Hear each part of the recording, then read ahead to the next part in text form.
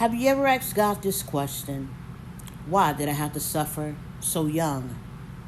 And why did I have to suffer so hard? Well, that's the question I had for God for many years.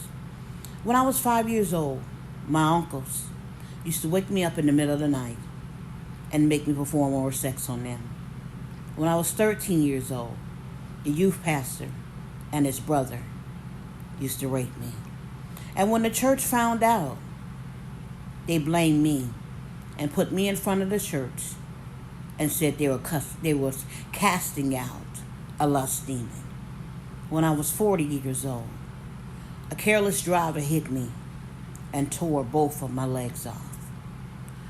You can say I've been through a lot of tragedy and a lot of trauma that it will cause me to just turn away from God and be angry with God and blame Him for everything. And I did when I was raped and molested. I did blame Him for that. I didn't want to serve Him, especially after what the church did, but something strange happened. On the day that I lost my legs, and God had all them people out there to save my life, and 7 of them was in the medical field.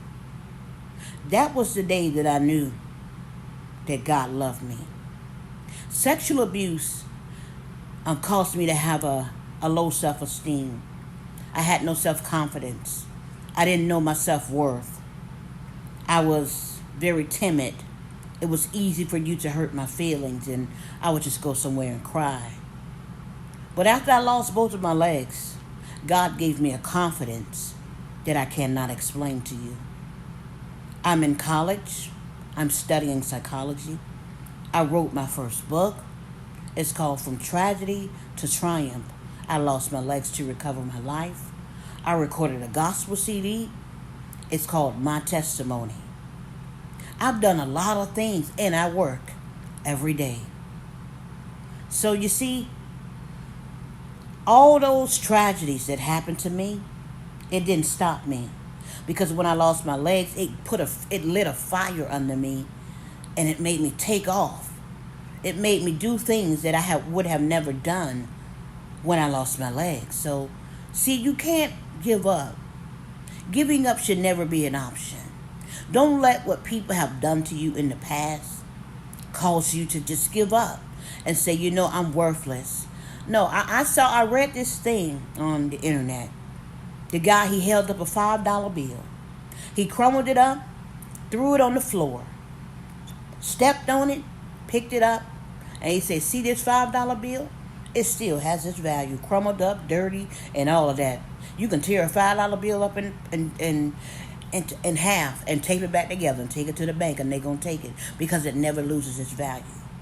You don't lose your value with God because people rape you or molest you or treat you any kind of way. You never lose your value with God.